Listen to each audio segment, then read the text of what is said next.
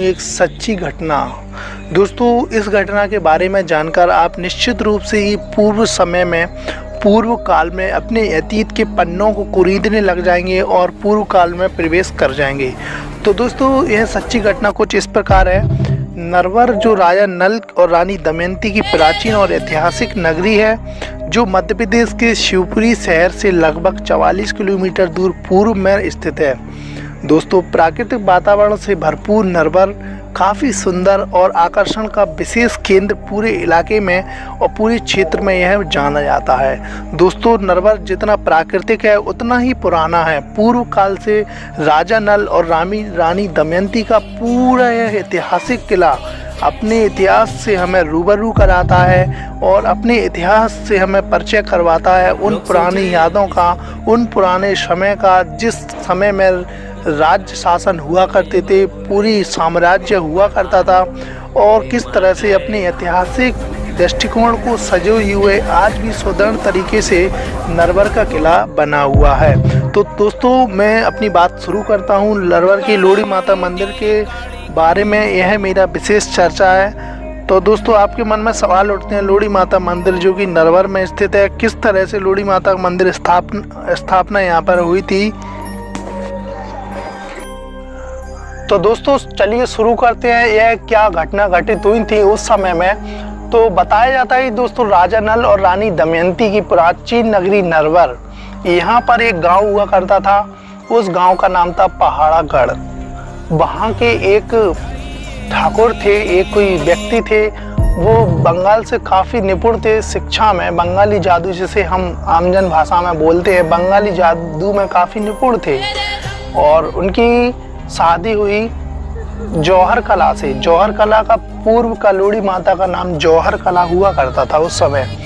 तो दोस्तों, कहानी कुछ इस प्रकार है। उन दोनों की शादी हुई। शादी के बाद लोड़ी माता ने, जौहर कला ने उनको जादू सीखने का प्रयास उनसे किया। उनसे आग्रह किया कि आप मुझे भी अपना जादू, आप जो करते हैं तो आप अपना मुझे जादू सिखाइए। तो इस प्रकार वचन सुनकर वो बोले कि आप जादू सीख कर क्या करेंगी।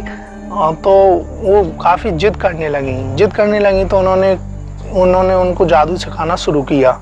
जब वो जादू सिखा रहे थे उनको, वो अलग अलग रूप में परिवर्तित करने वाला जादू उन्होंने सबसे पहले सिखाया।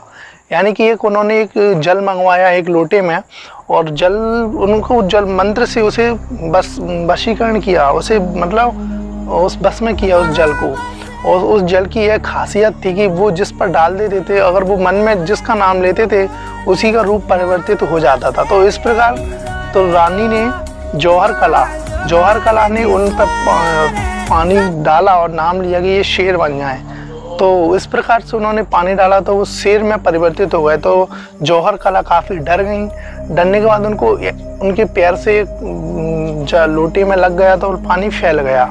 पानी फैलने के बाद वो उसी रूप में रह गए और पानी फैल गया। तो अब दोबारा से उन्हें मनुष्य रूप में परिवर्तित नहीं कर पाई। तो काफ़ी उन्हें दुख हुआ कि मेरी हट के कारण, मेरी जिद के कारण यह सब हुआ है। तो इसके बाद उन राजा नल और रानी दमयंती, दोस्तों रानी दमयंती भी काफ़ी जादू जानती थी। वो भी काफ़ी, उनको भी जादूगरनी माना जाता था। पूर्व काल में वो भी काफ़ी जादूगरनी थी उस समय। तो उनको पता चला कि नरवर में जो रानी दमयंती हैं वो भी जादू विद्या पर निपुण हैं। तो उन्होंने उनके पास आई नर्तकी का रूप धारण करके वह नरवर आई।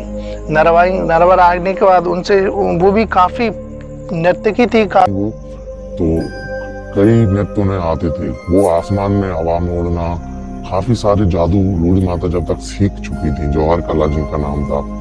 तो उन्होंने राजा नल के पास गए। राजा नल ने उनसे कहा कि आप नृत्य, हमने आपके बारे में काफ़ी चर्चा सुनी, आप बहुत अच्छी नर्तकी हो। तो उन्होंने एक शर्त रखी राजा नल से कि हम कच्चे धागा पर नाचकर आपके राज्य से होते हुए आधे राज्य पर पूरे पर नचेंगे।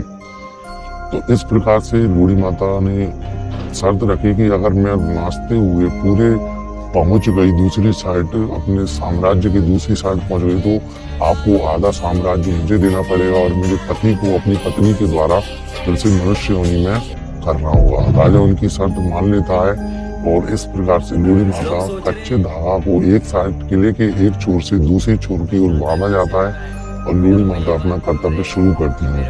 अब क्या होता है कि लोहड़ी माता नाचते हुए जाती हैं तो रानी के मन में लालच आता है।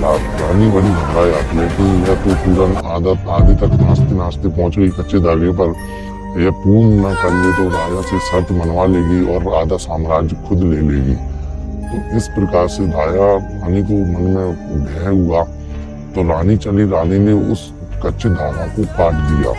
काटने के बाद लोहड़ी माता धोखे से वो गिर गई और गिरने के बाद काफी रोने लगी, परेशान हो गई कि यार मेरे साथ धोखा हुआ है।